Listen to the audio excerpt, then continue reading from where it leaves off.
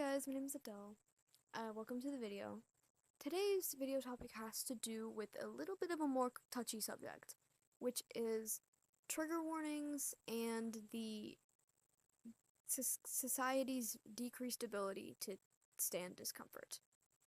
Now, before you watch this, I want you to know I'm not anti-trigger warning.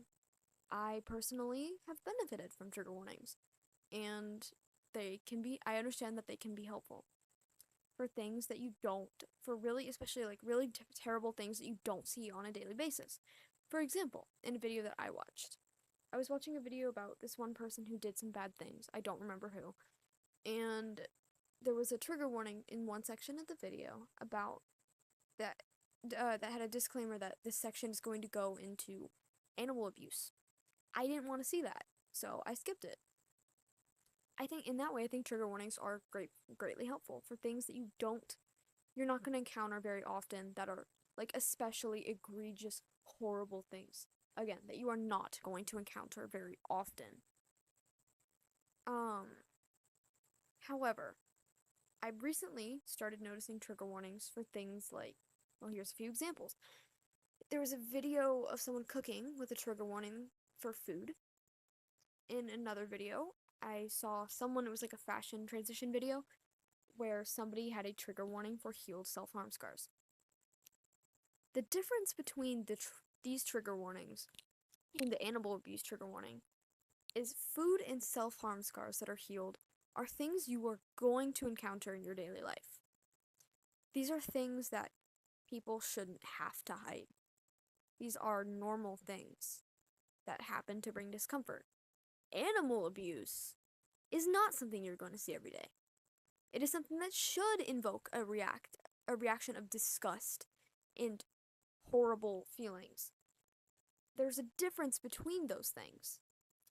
And this is where it starts. This is where it starts to get dicey sometimes. I want to say this before I say anything else. I am a trauma survivor. I have survived various traumas, everything from extensive bullying to being locked in a dark room with people who intended to do terrible things to me.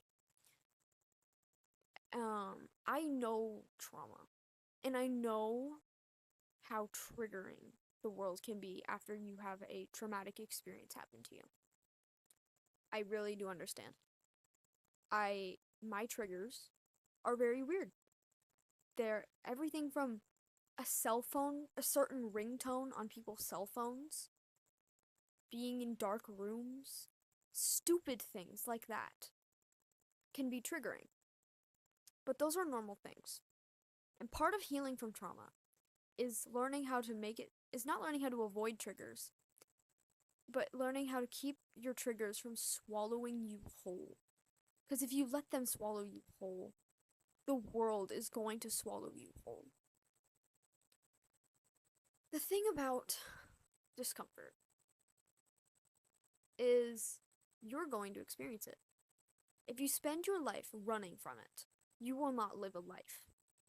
And I know that's harsh, but it is the truth, and I'm not going to sugarcoat it for you because that would just be untruthful. Discomfort is something you have to learn to cope with. That is what healing is about, is learning how to cope with these new things that bring discomfort. It's a slow process. It's a terribly hard process.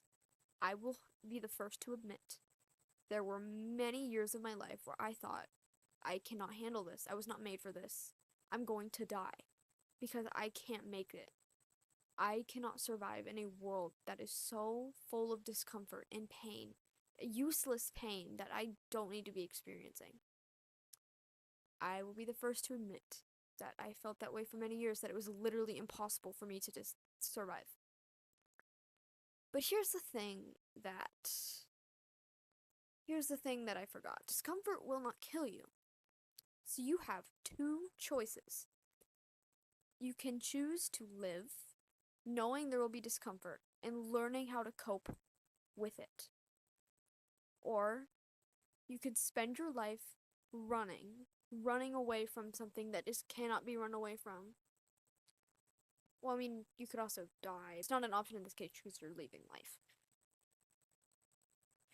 So, for all intents and purposes, you have two options.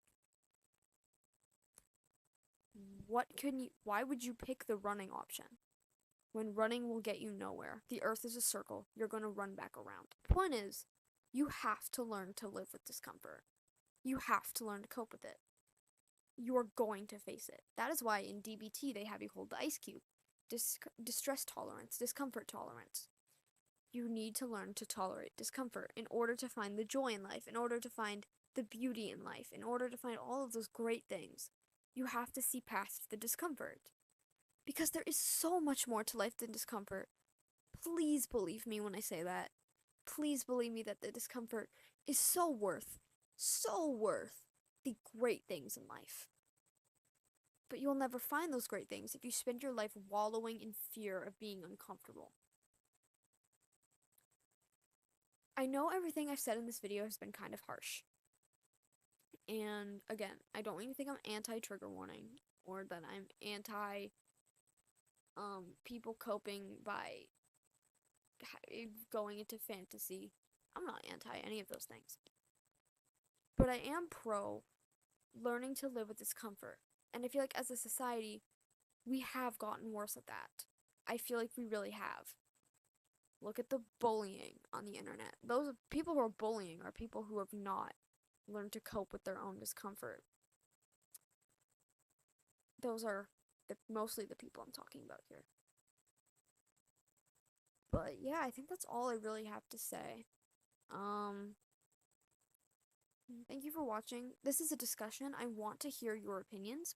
Please, please, please, please, please give me your criticisms or your agreements in the comments. I really want to hear them. And yeah, thank you for watching. I hope you will think about this. Yeah, thank you. Bye.